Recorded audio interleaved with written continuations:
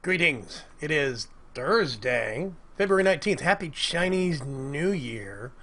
It is the year of the goat or the sheep. Apparently, they count them as the same thing. So, technically, it's the year of the shoop. And we can thank our friend Sice for that. Congratulations, Sice.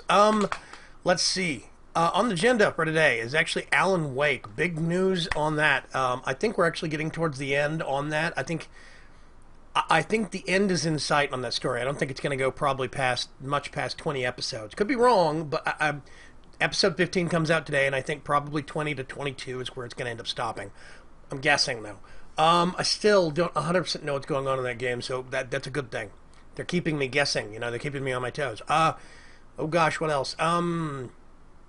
Version 1.07 of the Vaygrim's Chance mod pack came out today on the Technic launcher. You have to give it a few days before it actually hits AT or FTB, but it will be on there. We're also getting a server package set up, a server install set up on the FTB launcher, so you'll be able to do client or server just like you can on the AT launcher.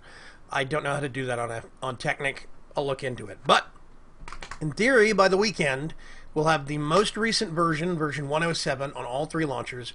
We'll have server installs on 2 of those 3 launchers. And big things come to the pack. This is the final round of anything getting added. I see no more holes in the mod pack. I don't see anything else that I need. We have a lot of automation assistance that has been added in the form of open computers, as well as a lot of other capabilities. But a big thing that it helps with is automation. Open computers and Computronics have been added. Computronics kind of fills the gap and helps open computers talk to a whole bunch of the other mods. It's really good.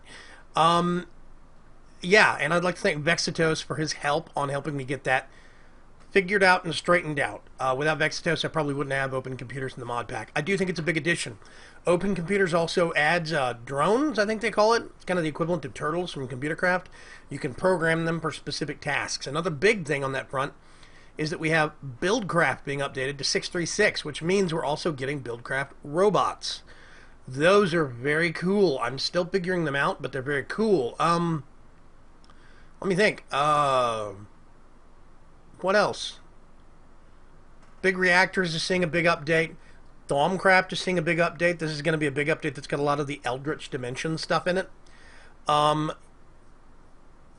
still have Wisp mode turned on, which means there's some research you can't get to because you have to get infected with warp in order to be able to unlock certain parts of the of the Thaumatomicon. But I will cover in my episode, there is a way around that. It's a slash command that I think you would have to be an admin or something like that to do, but an admin can do it for other players to unlock the 2 tabs so they can start researching the stuff that will let you get to that Eldritch Dimension. So technically you can get to those advanced Eldritch high-end stuff without ever actually researching or having to go through warp. It is possible. You just have to do a slash command to unlock those tabs. But big update in Thaumcraft. Let's see. Thaumic Tinkerer, of course, has got a big update. Big Reactors, lots of bug fixes and performance fixes and things like that. Ender.io's got a big update, and Mechanism has a big update. We're adding a small itty-bitty little mod called iBench, which is a portable crafting table. For those people that don't like Equivalent Exchange 2 or Project E, that also got updated. Project E, big update to Project E. But for those people that don't like Project E, there is another portable crafting table option in the form of iBench. It is inspired by the Darkcraft clipboard from 164. It is very functional, very cool, and I love it a lot. And the mod designer for it, I think his name is Sapient, actually has a lot of other designs for it long term. So I'm very, very eager to see what he's going to do. So iBench has actually been added. Oh, gosh. I think that's it. Oh, RF Tools. RF Tools is another form of big power generation, and it adds the capabilities of being able to make dimensions like Mistcraft without adding Mistcraft. I think it is going to be the better alternative without as much memory overhead and performance overhead on a server. You can restrict that to just creative mode stuff if you want to. If you're a server admin, you can turn off some recipes or just alter the configuration where it takes so much energy to maintain a dimension that players couldn't do it, and then you could have one dimension for mining, say, that's being maintained by a creative dimension builder, because those don't require power, and you can only get them from creative mode. So that way you could restrict, as a server owner, you could restrict players only being able to go to your one dimension, and they couldn't make their own. If you want to do that, that is a totally doable thing. That's just a simple adjustment of power requirements for the dimension builder normally in the config file. So yeah, there's a lot of options there. I like it. Let's see. Also, RF Tools adds a shield system, force field system. It's different from the force field systems that you're normally used to, but it does add them, which is very good.